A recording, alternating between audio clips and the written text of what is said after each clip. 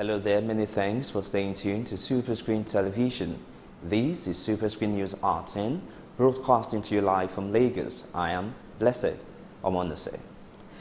The Senate has filed a notice of appeal and a stay of execution on an High Court judgment nullifying the suspension of Senator Ove Omoagege, an aide to the Senate President Olu Onamola, disclosed this in a statement. You will recall that Justice Nnamdi Dinga of the Abuja Division of the Federal High Court gave the ruling nullifying the suspension on Thursday.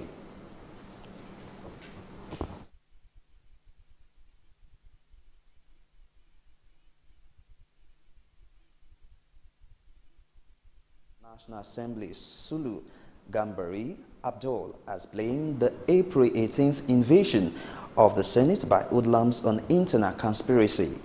Abdul disclosed this during an investigative hearing into the incident by a joint order committee of the Senate and House of Representatives, said there was no communication from the Sergeant at Arms to the National Assembly during invasion by the thugs. Our senators are not helping security matter here. I have a lot of occasions, a lot of problems, and they are the people that are breaching security. They will come, they say, this vehicle, this vehicle, this vehicle, this vehicle, they are going to allow them.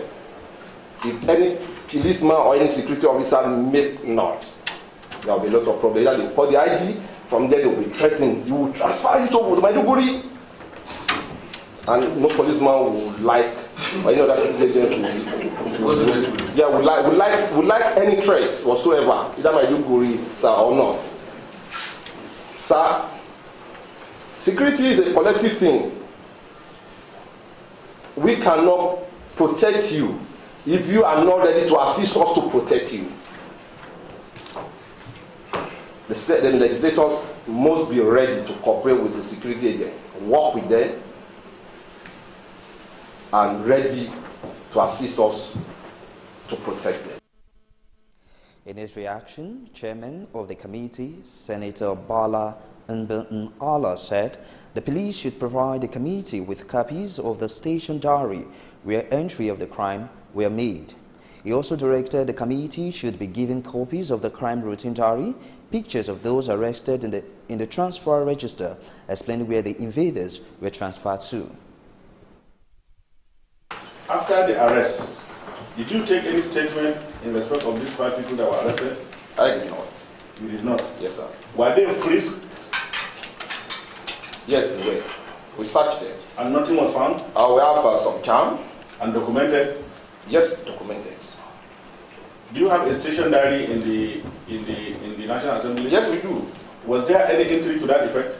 Sir, you know it was a rally session. No. I'm coming, sir. I'm coming, sir. I'm coming, sir. I'm coming, sir. Yeah. I'm coming, sir. Please, sir. It's my work. I know. And I must tell you this. Yeah. In a situation like that, if we keep them there, they may be lynched. Yes. And something might have happened to them. Yeah. Professionally, yeah. It is advised you move them out to a safe place, and that is exactly what I do. So where are they now? I transfer them to CID. Can you let us now with a photocopy of the station diary entry of that day? The crime register? No, it was not registered in the crime register. It was. We have it at the routine diary. You said what? We have it at the routine diary. Routine diary. Okay. Then we have a copy of the routine diary. Yes, sir. And then maybe that station diary will qualify the entry showing the transfer. The handing over too, we will have it. We need a copy of the crime routine diary of that day. We need the pictures of those who were captured on that particular day. We need the transfer handing over between the National Assembly Police and then the headquarters, and to whom it was handed over to. Chairman of the committee, Senator Bala Hamid, speaking there. The United Nations UN has advised security agencies to act swiftly and early warning signals of attacks on communities in Nigeria. The gender technical advisor of the World Body Siswin Takuma gave the advice in Jos during an advocacy visit to the headquarters of Operation Rainbow in Plateau. She said security agencies must be proactive and not wait for violence to take place before chasing the perpetrators. Takuma also urged security agencies to allow more women to occupy higher positions to enable them play crucial roles in the peace-building process. The Kogi State High Court has adjourned the hearing of the bail application of Senator representing Kogi West Dino Milayi till May 16, 2018. Chief Justice Nasru adjourned the case after listening to arguments from both the prosecuting counsel Alex Izoyin San and the defense counsel Mike Azakome San. At the last sitting, Justice Ajana had adjourned the case as a result of the failure of the lawyers of the police and Senator Milayi to file their affidavit on the bail application. The senator, who is currently on admission at the National Hospital in Abuja, was remanded in police custody by the same court over alleged unlawful possession of arms alongside two others in Kogi State. Military troops have killed 8 bandits in Maru local government area of Zamfara State. Assistant Director, Army Public Relations, Major Clement Baade, said the troops encountered the bandits in bushes spanning through Dansandwa, Kabaro, and Sangelo villages in the state. The Army spokesman also disclosed that 5 motorcycles, 5 rounds of 7.6 mm special ammunition belonging to the fleeing bandits were recovered by the troops. You will recall that the bandits recently killed about 30 people in Kabaru and Damalit villages in Mado local government area of Zamfara State. Council's Director of Information, National Judicial Council, NJC, Soji Oye, has set up an investigative committee to look into the allegations leveled against some judges by the Economic and Financial Crime Commission, EFCC. Oye, who disclosed these in a statement, said a total of 25 judges, in addition to an unspecified number of judges accused by the EFCC, are yet to face 7 investigative panels for various allegations of misconduct. Oye said the NJC has recommended the compulsory retirement of a judge of the High Court of Adamawa State, Justice Michael Goji, to Governor Jubrila Bindo. He also disclosed that the council has recommended 22 appointments to fill in the long-standing vacancy on the 3-man bench of the Court of Conduct Tribunal. And now to some educational matters. Minister of State for Education, Professor Anthony Onwonka, says the Nigerian university system has failed the industry following its inability to produce graduates that meet the demands of the industry. The minister disclosed these in Abuja during a 2-day retreat organized by the National University Commission for Governing Councils of Nigerian Federal Universities.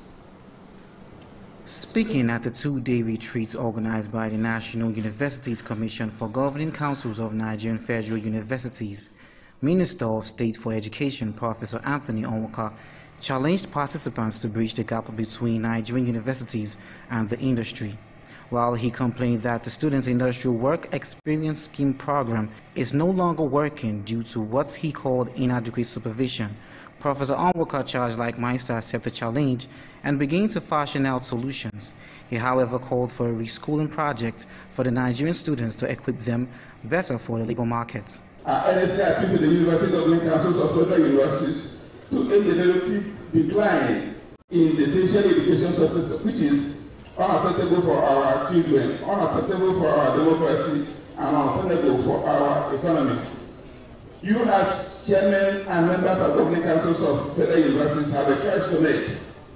The choice is whether you have the courage and political will to chart a better course for the university system to deliver on their mandates of producing quality graduates who can compete globally or not. And the decision cannot be delayed any longer.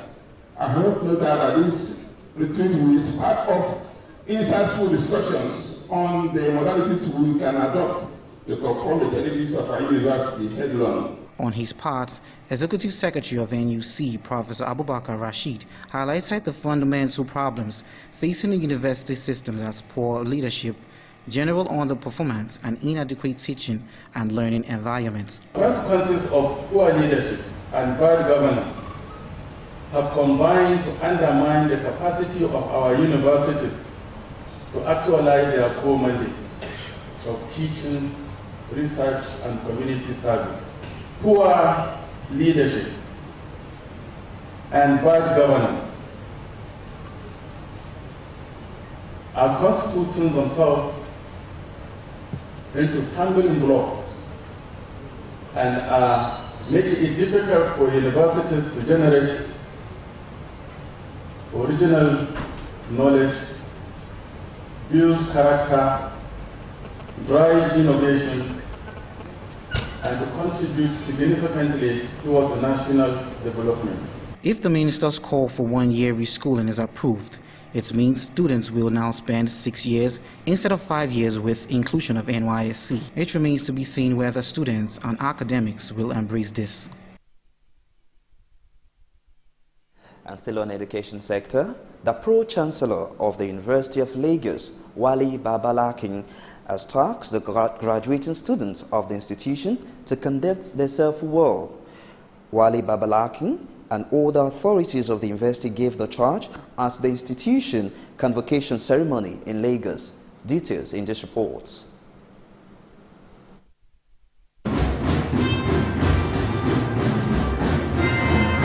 The University of Lagos continued to confer degrees, diplomas and certificates to the 12,638 students in various disciplines at the institution's 2018 convocation ceremony.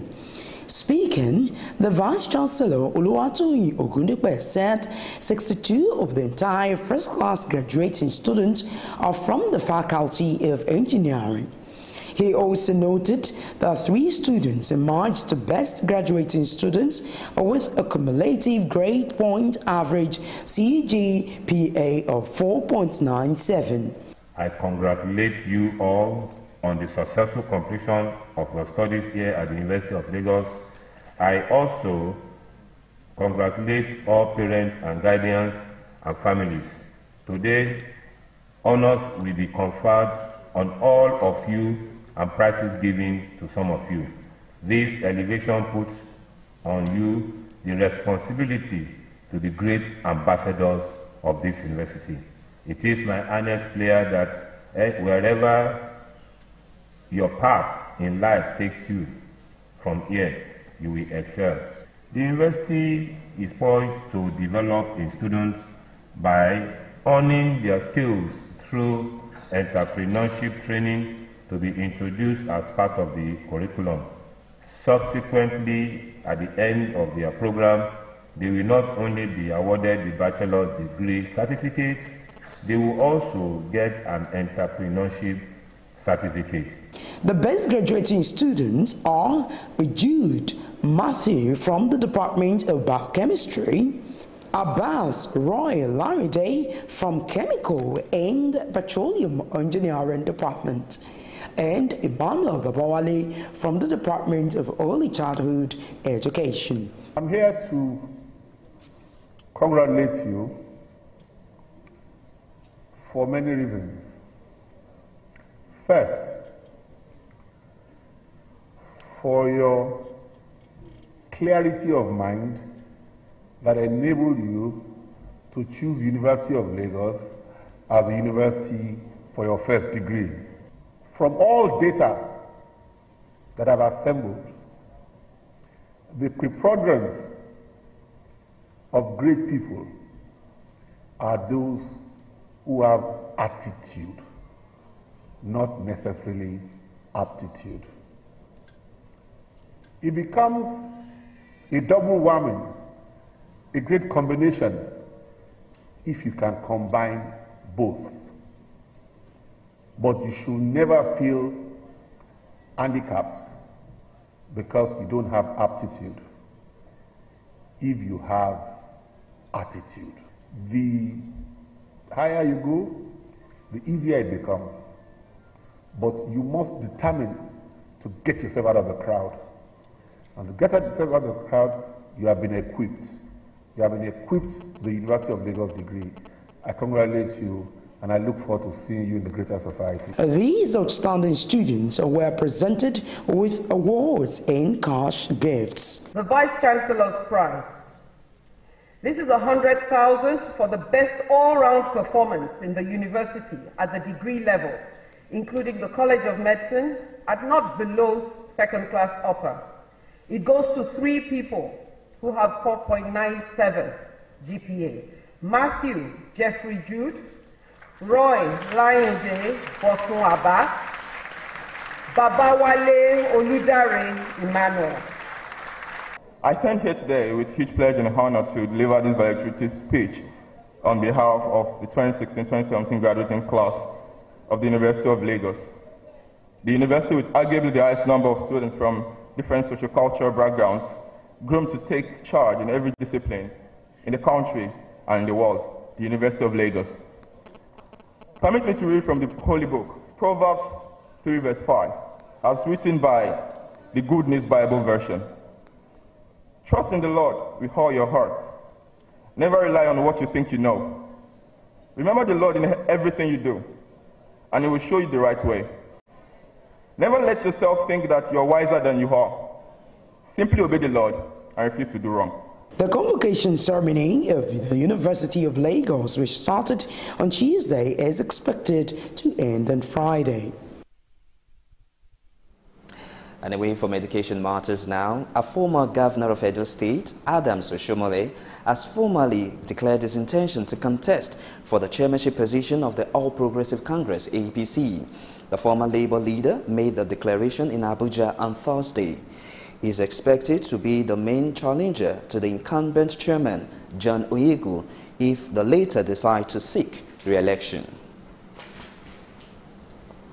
And still on politics, a former National Publicity Secretary of the People's Democratic Party, PDP, Dayo Adeyeye, has announced his resignation from the party. Adeyeye announced his resignation from the party after a meeting with loyalists and supporters at his campaign office in Ado-Ekiti.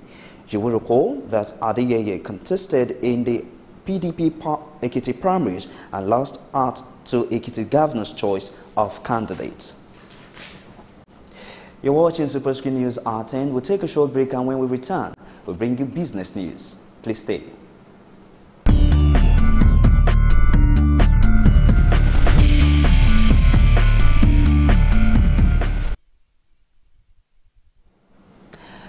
And now to the world of business.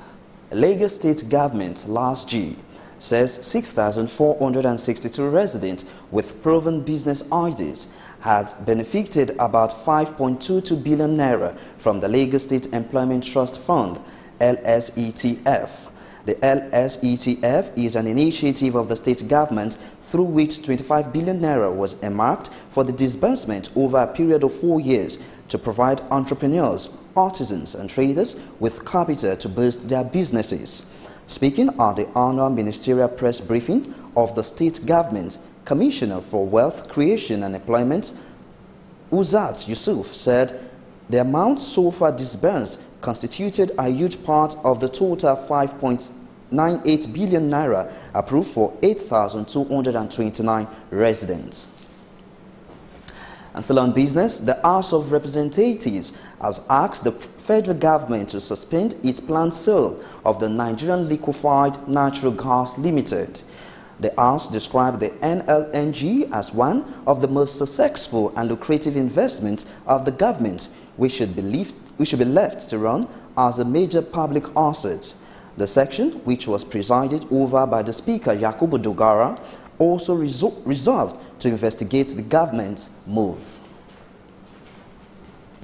Although Civil Society Origination, CSO, has identified land grabbing as a serious problem affecting local farmers, the group therefore charged government at all levels to set up continuous stand-all resolution mechanism to promote government and community interface across board. Executive Director of Environmental Rights Action ERA, Godwin Uyi Ojo said the rising prices compound the fulfillment of sustainable development. The director also urged the group to hold liable the heads of their communities to account for the expedience of the resources accrues to their communities. Communities that Opomu came to meet, they now give permission to the original owners of communities to enter, to come out. Once it is 6 p.m., you are locked inside.